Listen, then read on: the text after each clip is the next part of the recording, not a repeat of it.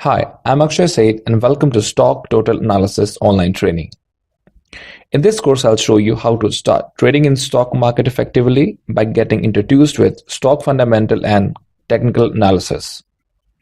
In fundamental analysis, I'll show you how to read the balance sheet, profit loss statement, and the cash flow statement of the company so that you can select the stocks for your investments by your own analysis.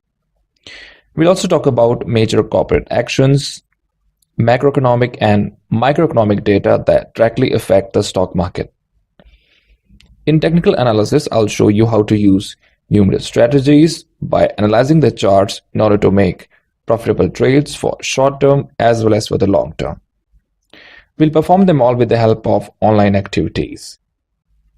We've got a lot to cover, so let's get started with Stock Total Analysis online training.